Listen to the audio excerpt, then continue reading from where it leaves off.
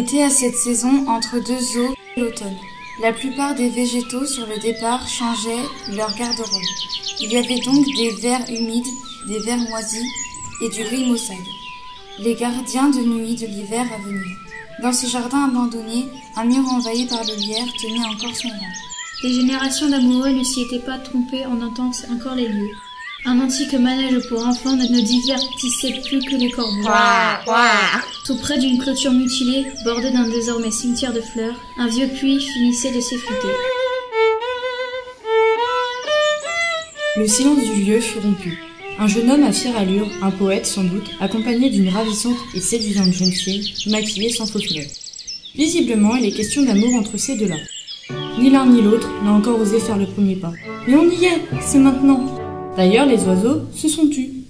Oui, mais non. Voilà un troisième personnage, encore un jeune homme, un fêtard apparemment usant de sa joie de vivre pour séduire. Et visiblement, il a pour cible la jeune fille. Cette dernière semble ainsi hésiter.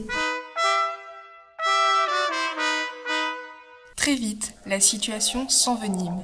Les deux jeunes coqs sont prêts à en découdre. Et voilà que le poète pousse le fêtard dans le vieux puits, par traîtrise. Étonnant de sa part, mais en amour, que le meilleur gagne. Max est resté coincé dans la margelle. Il se dégage. Par vengeance, il va à son tour effacer le poète, le réduire en cendres. Il faut ce qu'il faut.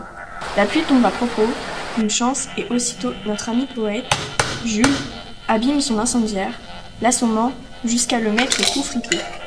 Lasse, la demoiselle se détourne des deux prétendants, finalement agressifs et violents. Elle ne veut pas de cette compétition.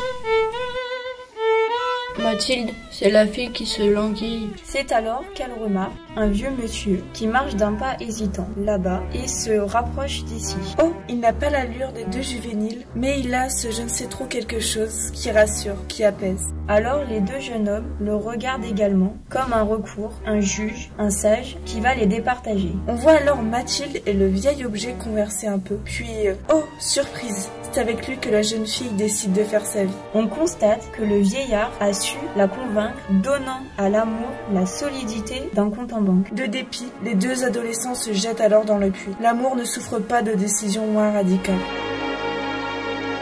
La morale de cette histoire, quand on confond l'amour et un championnat de boxe, on se trompe d'histoire et l'on perd l'être aimé. Et toc pour les deux grands dadés.